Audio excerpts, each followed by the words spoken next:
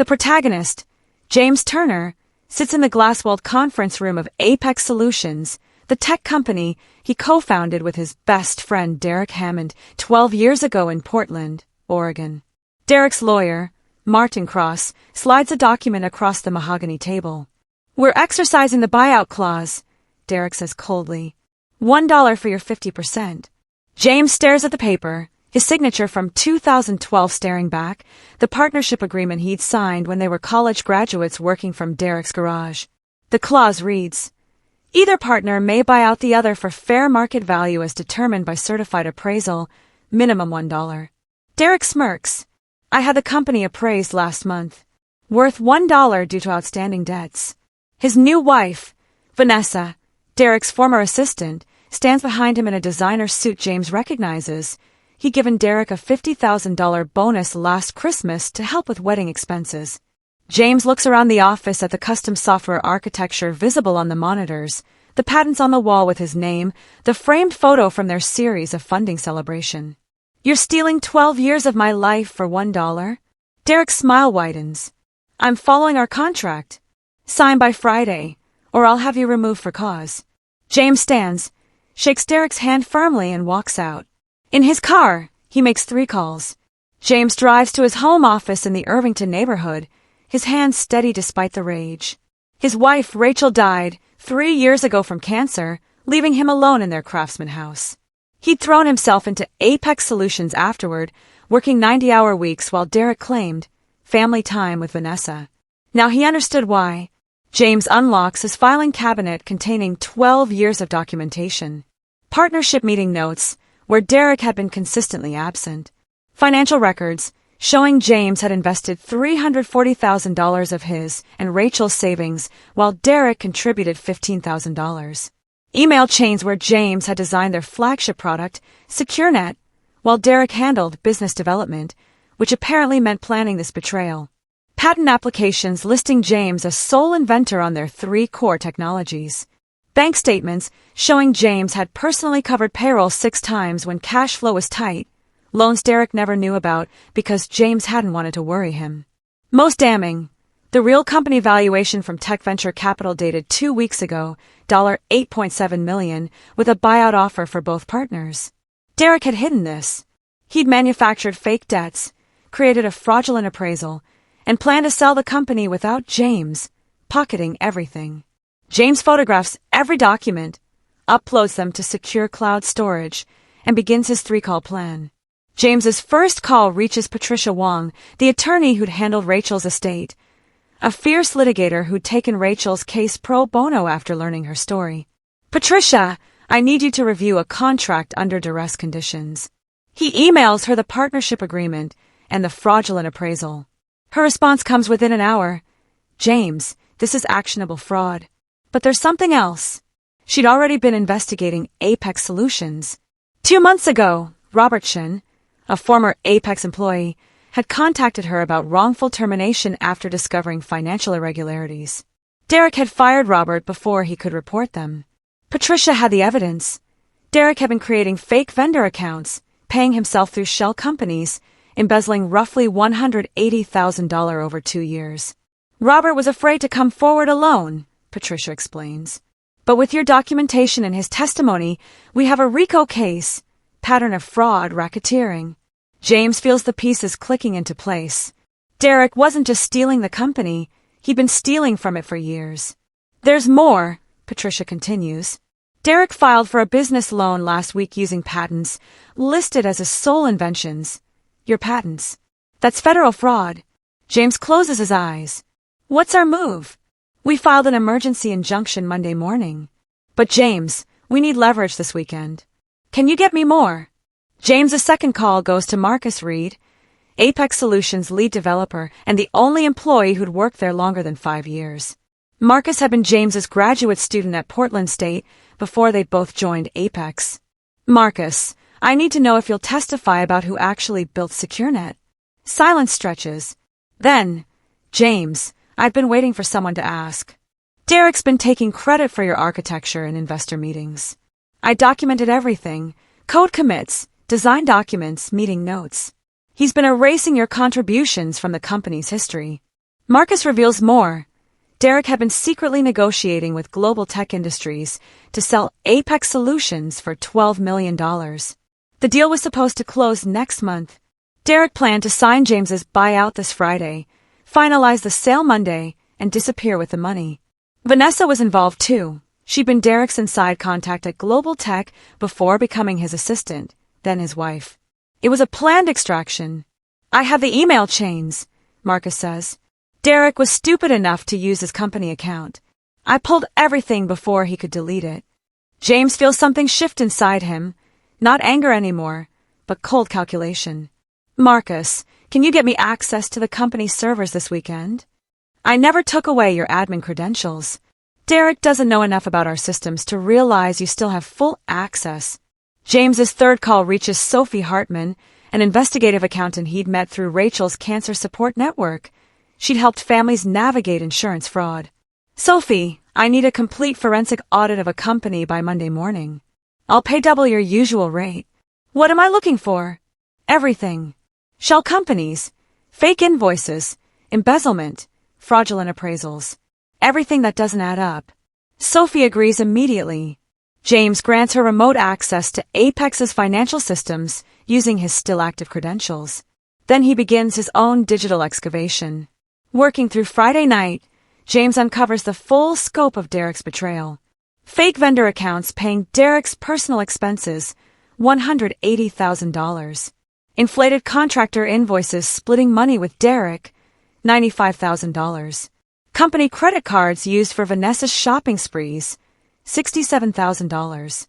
Patent applications filed under Derek's sole name using James's work, 3 pending, worth potentially millions. The fraudulent appraisal from Pinnacle Valuation Services, a company owned by Martin Cross's brother-in-law. And the smoking gun, emails between Derek and Vanessa planning the extraction 18 months ago, right after Rachel died. He's vulnerable now, Vanessa had written. Rachel was the one who kept him sharp. Without her, we can move. James reads that line 5 times, his hands shaking with rage. They'd weaponized his grief. They'd waited until Rachel's death made him weak. He'd been working himself to death while they plotted to rob him. Saturday morning, James meets Patricia at her office. She assembled a war room. Whiteboards covered in timelines, evidence organized into 3 categories: civil fraud, criminal embezzlement, federal patent fraud. Robert Chin sits in the corner, nervous but determined. I brought everything, Robert says, sliding over a USB drive. Derek's been doing this since before I was hired. Fake contracts, vendor kickbacks, expense fraud. I couldn't prove it alone, but with your access. Sophie arrives at noon with her preliminary findings. James, this is worse than you thought. Derek siphoned off over $400,000 in 3 years. He's been systematically extracting value while running the company into deliberate debt to tank the valuation. She shows detailed spreadsheets, money trails, shell company formations. And here's the beautiful part, Sophie continues. Every fraudulent transaction has Derek's digital signature. Every fake invoice has his approval. Every embezzled dollar can be traced directly to accounts he controls. Patricia starts drafting emergency motions, preliminary injunction to stop the buyout, restraining order to freeze Derek's assets, criminal complaint to the Oregon Attorney General, federal complaint to the FBI for wire fraud and patent theft. We file everything Monday at 9 a.m., Patricia says. But James, you need to go to work Monday morning like nothing happened. Don't tip him off. Monday morning, James parks at Apex Solutions at exactly 8 a.m., his usual time. Derek's Mercedes is already there. He's probably preparing for the victory meeting where James will sign the buyout. James walks through the office, greeting employees who have no idea their company is about to implode. Marcus catches his eye from across the room, gives a subtle nod. Everything is in place. At 8:45 a.m., Derek summons James to the conference room. Martin Cross sits with papers spread out, Vanessa hovering behind Derek's chair like a queen watching her king. Ready to make this official? Derek asks, his smile predatory. James sits down, looks at the buyout agreement. $1 for 12 years of his life. I have some questions first. There's nothing to question, Martin says smoothly. This is a standard execution of your partnership agreement. Right. The agreement we signed 12 years ago when the company was worth nothing. James pulls out his phone, sets it on the table. I'm recording this conversation. Oregon is a one-party consent state. Derek, I want you to state on record why you believe Apex Solutions is worth only $1. Derek's smile falters. We've been over this. Outstanding debts, market conditions. Be specific. What debts? James watches Derek glance at Martin, sees the lawyer's subtle head shake. They can't detail the fake debts without incriminating themselves. At exactly 9 a.m., while James keeps Derek talking in circles about phantom debts, Patricia files their emergency motions at the Multnomah County Courthouse. Judge Linda Morrison, known for her intolerance of corporate fraud, reviews the evidence in her chambers. By 9:30 a.m., she's issued a temporary restraining order freezing all Derek's personal and business accounts and a preliminary injunction halting any ownership transfers of Apex Solutions. The sheriff's deputy arrives at Apex at 9:47 a.m. Derek Hammond. The deputy serves him the TRO and injunction in the conference room in front of Martin Cross and Vanessa. Derek's face goes white as he reads. What the hell is this? Emergency restraining order and preliminary injunction, the deputy says. You're prohibited from accessing company accounts, transferring assets, or selling any company property pending investigation into fraud allegations. Martin Cross grabs the papers, his professional composure cracking. This is outrageous. We'll have this dismissed by the end of the day. There's a hearing scheduled for Friday, the deputy continues. You're required to appear. Also, Mr. Hammond, the FBI would like to speak with you regarding federal wire fraud charges. They're waiting in the lobby. Derek's face shifts from white to crimson. James, what did you do? James stands, pockets his phone. I protected what's mine. See you in court. Within hours, news of Derek's fraud spreads through Apex Solutions like wildfire. Marcus calls an emergency all-hands meeting, presenting evidence that James had designed SecureNet while Derek took credit. Employees who'd been manipulated into believing Derek was the genius founder realize they'd been lied to for years. Sarah Kim, the HR director, comes forward with her own evidence.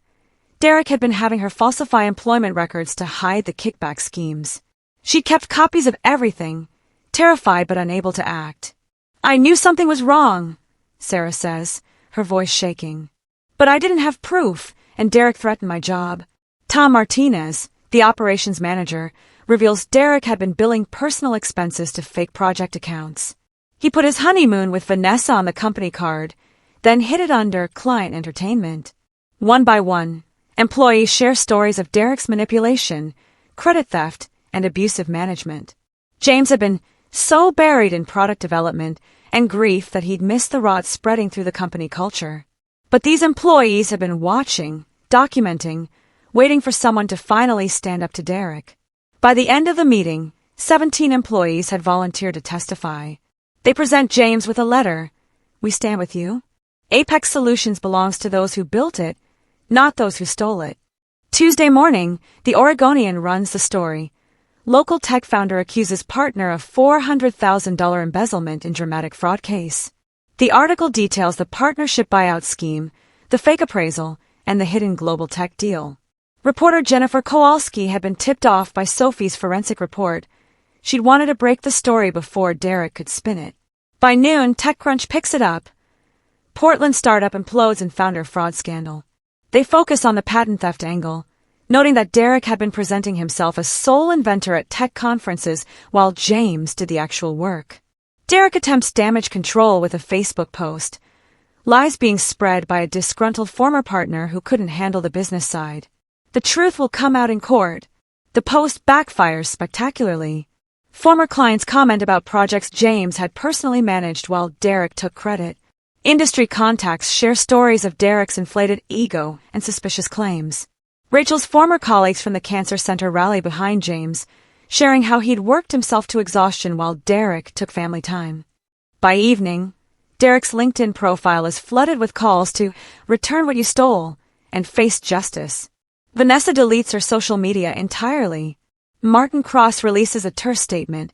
My client maintains innocence and looks forward to presenting his case. Wednesday brings a new bombshell. Global Tech Industries releases a statement terminating their acquisition talks with Apex Solutions due to material misrepresentations by sellers. Their due diligence team had discovered Derek's fraud during verification. More devastating, Global Tech reveals they'd been in talks with Derek for 9 months, and he'd explicitly represented himself as sole owner and primary inventor, promising them James would be removed from equity before closing. Patricia receives a call from Global Tech's legal team. "We're willing to testify. Derek defrauded us too." They paid Derek a $500,000 good faith deposit that he'd kept in a personal account, planning to claim it as a consulting fee. The deposit had been wired 2 weeks before he'd approached James with the buyout scheme. James realizes the full timeline. Derek had already sold the company, already taken $500,000, and needed James gone to complete the deal.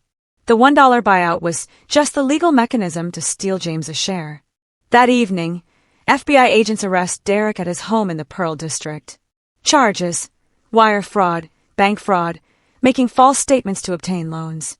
His $2 million house, purchased with embezzled money, is seized under asset forfeiture laws. Vanessa, caught on tape discussing the fraud, is arrested as a co-conspirator. The news plays their perp walk on every local channel. With Derek's accounts frozen and assets seized, the financial dominoes begin to fall. His house, his cars, his investment accounts, all purchased with stolen money, are now evidence. Vanessa's jewelry, her designer wardrobe, the $80,000 wedding that James's Christmas bonus had funded, all traceable to fraud. Sophie's complete audit reveals the full scope: $437,000 embezzled over 3 years. Every dollar meticulously documented, every fake invoice preserved, every shell company transaction traced. Patricia files an expanded civil suit: fraud, breach of fiduciary duty, conversion, unjust enrichment. She demands full ownership transfer of Apex Solutions to James, plus $2.5 million in compensatory damages, $5 million in punitive damages, and recovery of all attorney fees. Derek destroyed his own defense, Patricia explains. Every text message, every email, every document proves intent. He planned this for 18 months. He waited until Rachel died to execute it. That's premeditation, consciousness of guilt, and malice. Martin Cross withdrew from the case Friday morning, citing irreconcilable differences with client. Translation: Derek can't pay him anymore, and the evidence is indefensible. Derek shows up to Friday's preliminary injunction hearing with a public defender, looking haggard. Judge Morrison reviews the evidence for 3 hours, then rules Mr. Hammond's actions constitute clear fraud. The preliminary injunction is made permanent. Mr. Turner retains full ownership pending trial. James returns to Apex Solutions as its sole owner, facing a company nearly destroyed by Derek's extraction scheme. Debts are real now. Derek had deliberately run up obligations to tank the valuation. The account balance shows $47,000 against $200,000 in immediate payables. Friday afternoon, James calls an all-hands meeting. Employees gather nervously, wondering if the company will survive. "I'm not going to lie to you," James begins. "Derek left us in a hole. We have enough cash for 2 weeks of payroll, maybe 3 if we're careful." Silence. Then Marcus stands. "I'll defer my salary for a month. Just keep the company alive." Sarah raises her hand. "Me too. We believe in what we built here." One by one, 17 employees volunteer to defer partial salaries, take reduced hours, or work equity arrangements. Anything to save the company they built. "I can't ask you to do that," James says, his voice breaking. "You're not asking," Tom says. "We're choosing. Derek tried to steal this from all of us. We're taking it back." Over the weekend, James restructures everything. He secures an emergency line of credit using the patents as collateral, now properly listed under his name. He renegotiates vendor contracts, explaining the fraud situation. Most agree to modified payment terms. He reaches out to former clients, explaining that Apex is under new management. Same management, actually, as Derek never did the real work anyway. Vanessa, facing her own criminal charges, makes a calculated decision. She agrees to testify against Derek in exchange for reduced charges. Her attorney negotiates a plea deal: 2 years probation, full restitution, permanent ban from corporate officer positions. In her deposition, Vanessa reveals the complete conspiracy. She'd been Global Tech's inside plant from day one. They wanted Apex's technology, but knew Derek couldn't deliver it alone. I was sent to get close to him, extract information, and facilitate the sale. She'd become Derek's assistant 3 years ago, specifically to access the company's technical secrets. The affair had been strategic. Derek was lonely, insecure, vulnerable to attention. The marriage sealed his trust. Derek didn't know I was working for Global Tech at first, Vanessa admits. But when I told him about the acquisition interest, he saw the opportunity. We could cut James out, split the money, and disappear together. She produces text messages showing Derek's full awareness of the fraud. James will never see this coming. He's too broken over Rachel to pay attention. Messages mocking James's grief, his work ethic, his loyalty. Derek had called him pathetic and easy money. The deposition transcript becomes public record. The community's anger shifts from Derek's fraud to his cruelty, weaponizing a friend's grief for profit. With Derek's patent fraud exposed, James files motions to correct the patent records. The 3 patents Derek had filed as sole inventor are now under federal investigation. Patricia presents the original design documents, all dated and digitally signed by James, years before Derek's filings. Code repositories showing James as the primary contributor. Witness testimony from Marcus and other developers confirming James's authorship. The U.S. Patent and Trademark Office issues preliminary findings. Derek's filings contained fraudulent inventorship claims. His applications are rejected, his filing fees forfeited, and he's barred from filing future patents for 5 years. More importantly, James's corrected patent applications are expedited through examination. By mid-month, all 3 patents were officially issued with James as sole inventor. Patent attorney Richard Chun explains the implications. These patents cover core security architecture used in cloud infrastructure. Licensing potential is substantial, easily $10 to $15 million annually. Derek had known this. Global Tech had wanted these patents specifically. The $12 million acquisition price was largely based on patent value. James realizes Derek hadn't just stolen a company. He tried to steal James's life's work, the innovations he developed over 12 years, the technology that Rachel had encouraged him to pursue when everyone else said it was too ambitious. Patent theft is federal prison time, Richard says. Derek's looking at 5 to 7 years minimum. Derek's criminal trial begins in federal court 3 months later. The prosecution presents overwhelming evidence. Bank records, emails, witness testimony, Vanessa's cooperation. Derek's defense strategy collapses within days. His attorney argues Derek was over his head in business management and made mistakes rather than committed fraud. The jury doesn't buy it. Vanessa testifies for 2 days, detailing the conspiracy with ice-cold precision. She's saving herself now, throwing Derek completely under the bus. He knew exactly what he was doing, she tells the court. He showed me James's patent applications and said, "This is my ticket out." James is too trusting to protect himself. James takes the stand on day 6, walking the jury through 12 years of partnership, building the company from nothing, covering payroll from his personal savings, working 90-hour weeks after Rachel died while Derek took strategic meetings that were actually vacation days. "Did you suspect fraud?" the prosecutor asks. "No," James admits. "Derek was my best friend. Rachel loved him like a brother. I trusted him completely." The jury deliberates for 4 hours. Guilty on all counts: wire fraud, bank fraud, patent fraud, racketeering. Derek faces 73 months in federal prison. At sentencing, Judge Harold Martinez is unsparing. "You didn't just steal money, Mr. Hammond. You betrayed a friend who trusted you.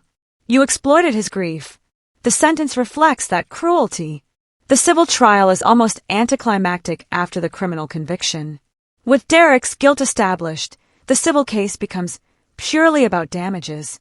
Patricia presents the financial audit: $437,000 embezzled, $2.3 million in lost business opportunities, $800,000 in patent value theft, $1.5 million in emotional distress and reputational harm. Mr. Turner lost more than money, Patricia argues. He lost years of his life, to rebuilding what the defendant destroyed.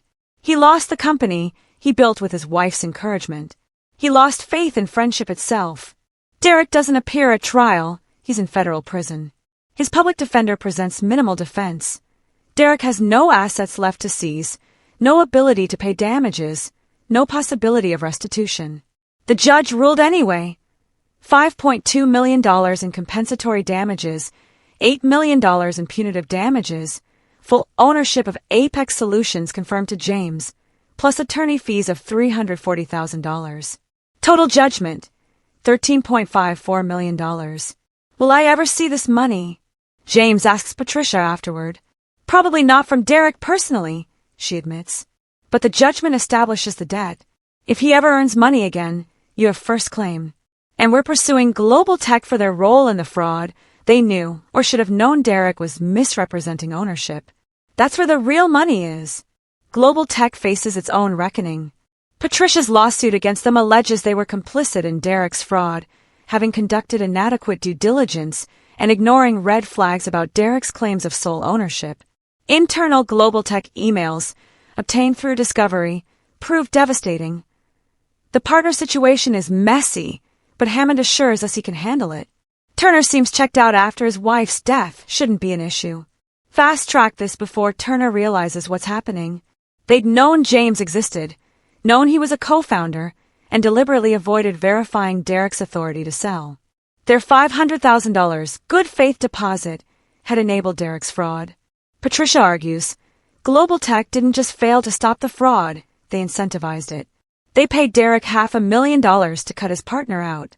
They're liable under both conspiracy and aiding and abetting theories. Global Tech's attorneys recognize their exposure.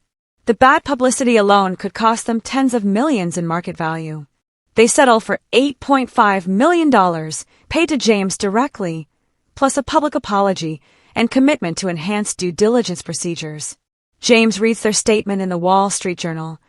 We failed to protect the rights of all stakeholders in our acquisition discussions. We've implemented new verification procedures to prevent similar failures.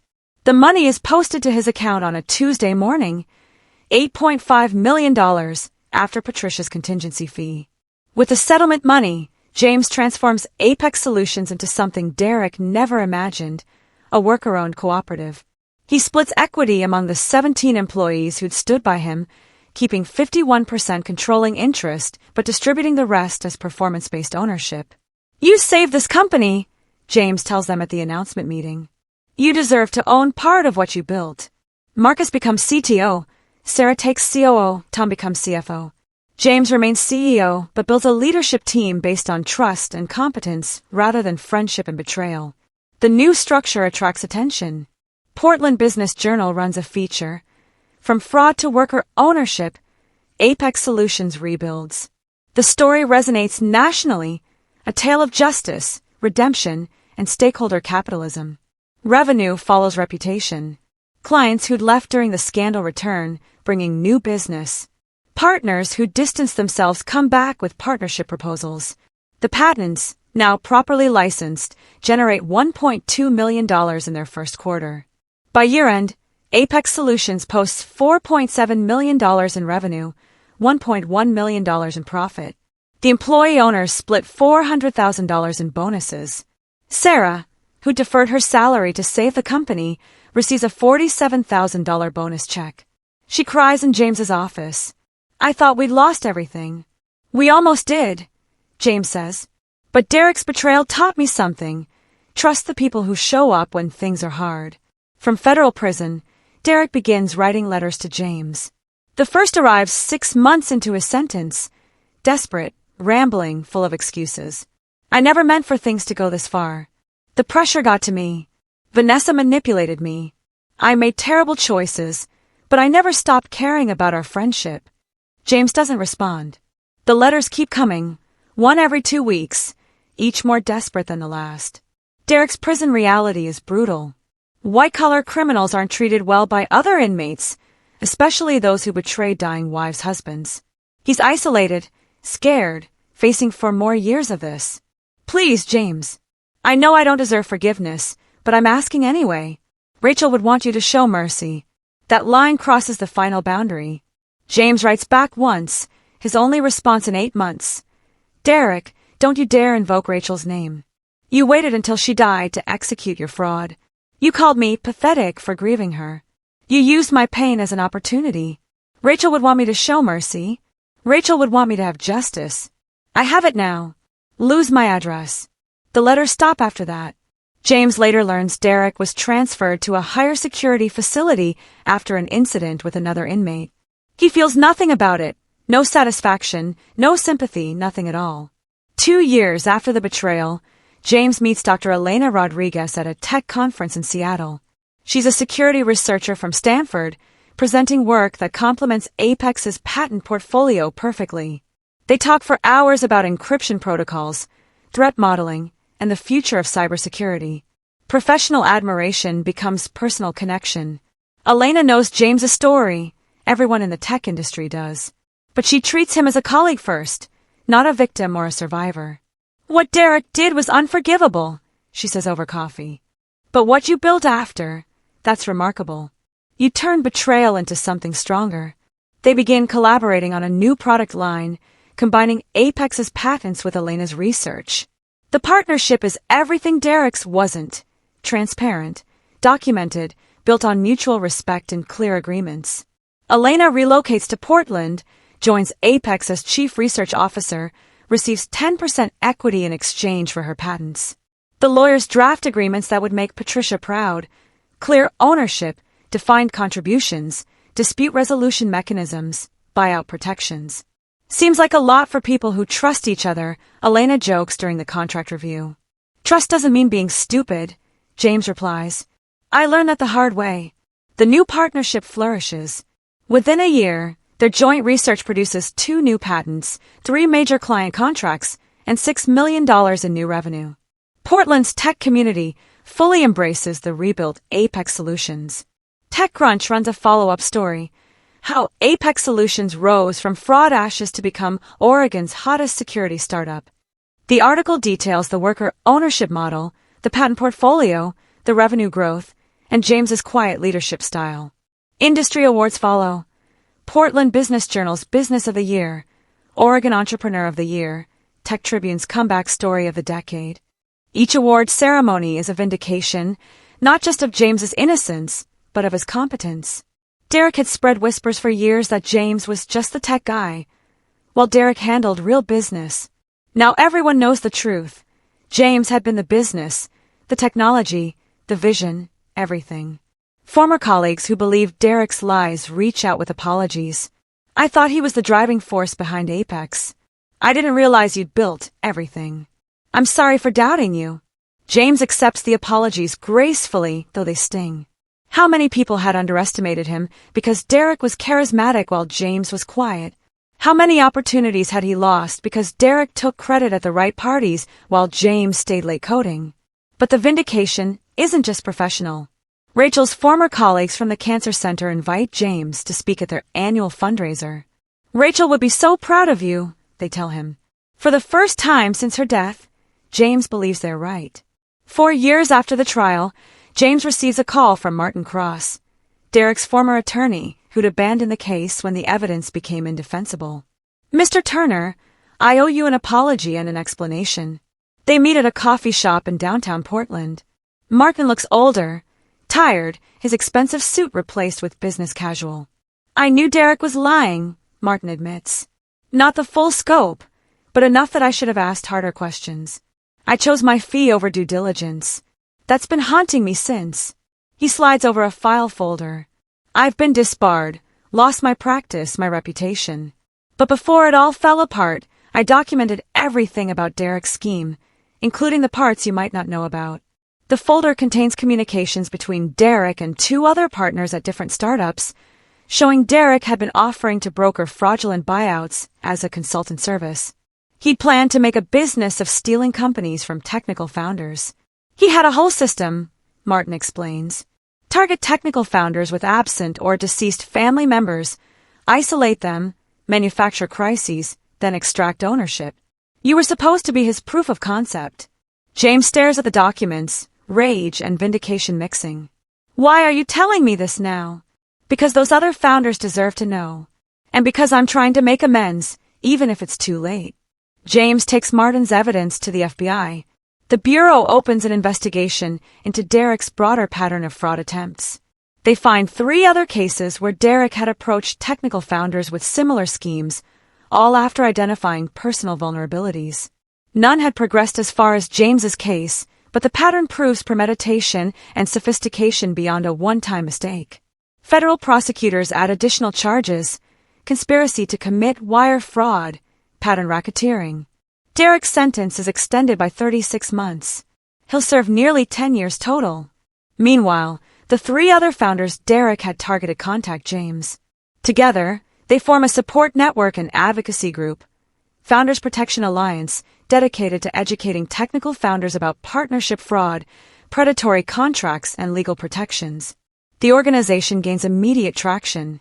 Law schools teach the Apex Solutions case as a cautionary tale.